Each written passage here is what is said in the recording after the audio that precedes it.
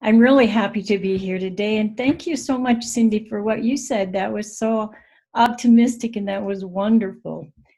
I'm honored to be here today to get to talk to you about change and how change affects us and how it's our perception of us that makes the difference.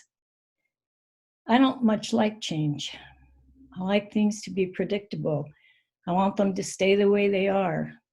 Unless, of course, I instigate it, then I like it. But for the most part, change is tough for me. And I think it's tough for me because of my upbringing, in which I lived in crisis all the time, sometimes danger, lots of times total confusion. And so one of the things I have learned is, as I've matured, is to have structure in my life. And then change doesn't frighten me so much. This pandemic and the stay-at-home orders and the changes that go with our new way of life have created a lot of fear and anxiety in a lot of people. And the greatest challenge for all of us at this time is, what are we telling ourselves? What are we saying to ourselves about this? Are we giving ourselves unhealthy messages? Are we feeding our fear? And we have to know that what we put into our minds is what comes out of it. Because of my former negative experiences with alcohol and prescription drugs, loneliness and confusion, and sometimes desperation, I was having a problem trying to figure out how to bargain with God. It wasn't that I didn't believe in God. I knew he was there. I just didn't think he believed in me. And it wasn't easy for me to go to him and ask for help because I was so angry with him for all the things he had put in my life. God has since helped me to understand that he is the reason for my survival and that I need structure and predictability in order to work with him and to be what he wants me to be. In the past 6 years, I've had 2 small strokes, 1 major stroke, in which I went totally blind for several days. I've had breast cancer. I have overcome a broken knee. And during that time, I lost a beloved brother and 2 nephews. But I've also written 3 books. And I've also learned some different ways to cope with my life. And one of the things I've learned is that when the unexpected happens, don't panic.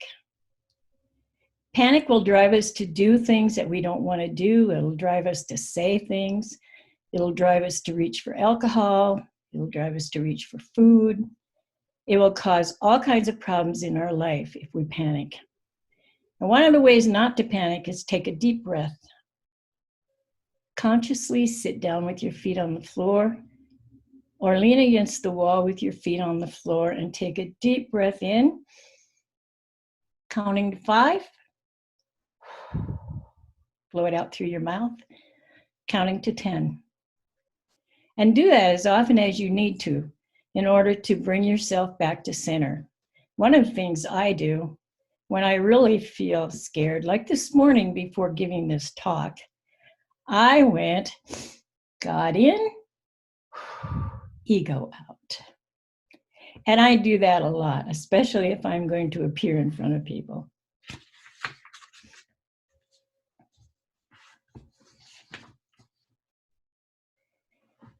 Pray.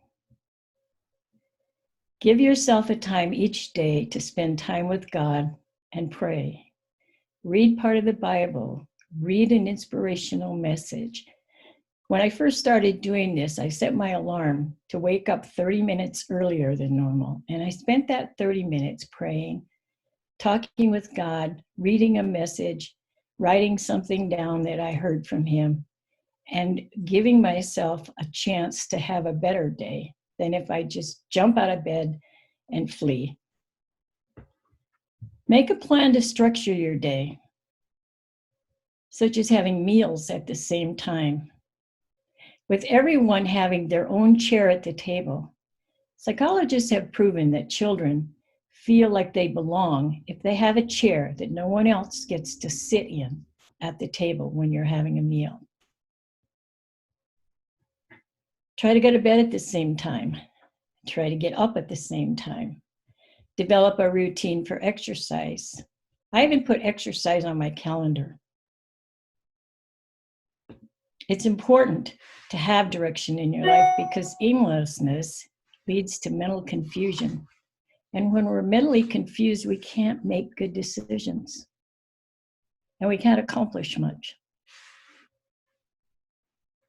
Make a list of what you want to do to that day and put simple things on it, like make the bed, wash the dishes, make a phone call, write a check, contact a neighbor, give something to someone without them knowing it's you giving it. Put all of these things on your list. And as you do them, cross off your list. There's such a feeling of satisfaction when you cross off your list, even if the most simplest thing. And teach your children to do this because children get a great sense of self-worth when they get to cross off their list. Play music. Music saves my life. Music has always saved my life. In my worst days, I would play gospel songs and hang on to the music. And sometimes I would play them at warp 10. I loved rock and roll too. Music gives you a feeling of there is a tomorrow. It lifts you up and takes you to a better place sometimes. But there is nothing wrong with playing a sad song that brings you through your grief.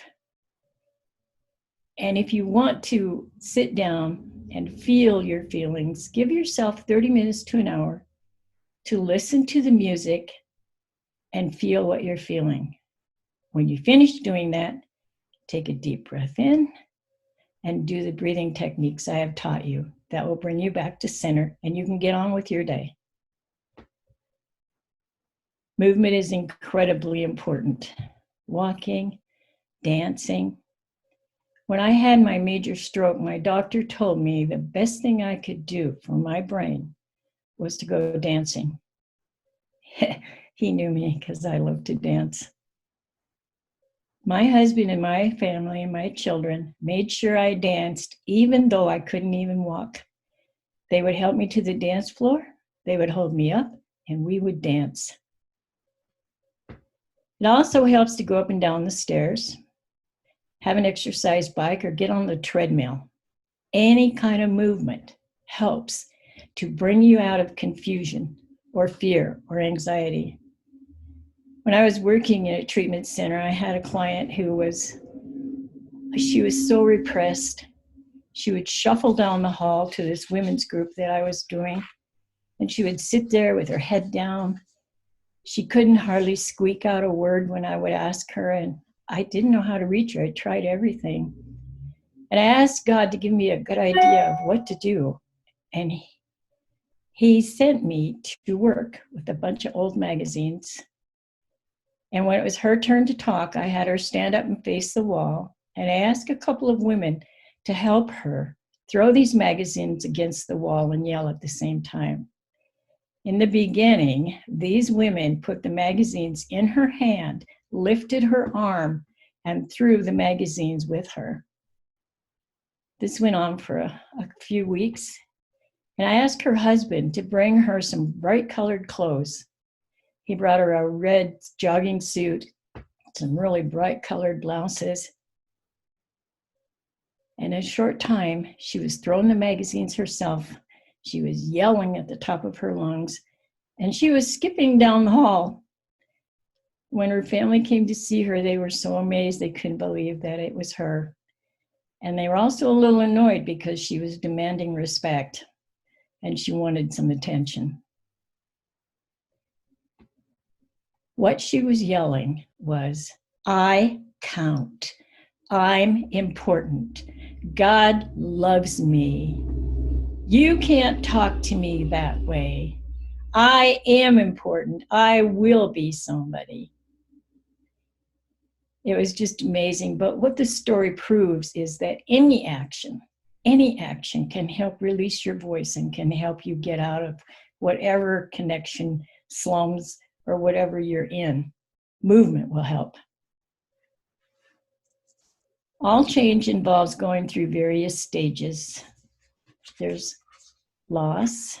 Any loss will cause feelings of shock, denial, anger, bargaining, and finally acceptance, provided you go through all the stages. The client I was working with was stuck in shock. She couldn't move beyond it. I was stuck in anger, and it took me years to move beyond it. But finally, both of us came to acceptance in our own way and through movement. The important thing for you to remember during any stressful time is that what you tell yourself is true. What you put into your brain is what's going to come out of your brain. And you can only think of one thing at a time. When I first went into this business and I was a new counselor, I was working for a man who wouldn't allow us to say negative things at work. So if someone would come in and they'd say, oh, it's raining again today, he would say, isn't it wonderful? Isn't that rain beautiful? Aren't we so blessed? And yeah, there were times we wanted to choke him, but we learned. We learned to reframe our thinking. We learned to reframe our words, and we learned to say positive, uplifting things instead of negative things. Negativity is habitual, and positivity can be too. Another thing that's really important to remember during this time of change is that most people like to be asked for advice and help. If you're hesitant about asking someone to help you or to give you advice, realize that you're giving them a gift, that this is their opportunity to shine. And that to not ask for help and advice can be very selfish. Tell yourself, and for me, pride was always a big thing for me. So I had to tell myself there's a huge difference between pride and self-respect. Self-respecting person can ask for help, a prideful person can't. And finally, I'd like to leave you with this thought. James 2 says, my brothers and sisters, whenever you face trials of any kind, consider it nothing but joy, because you know that the testing of your faith produces endurance. Carrie, thank you so much. I really appreciate this.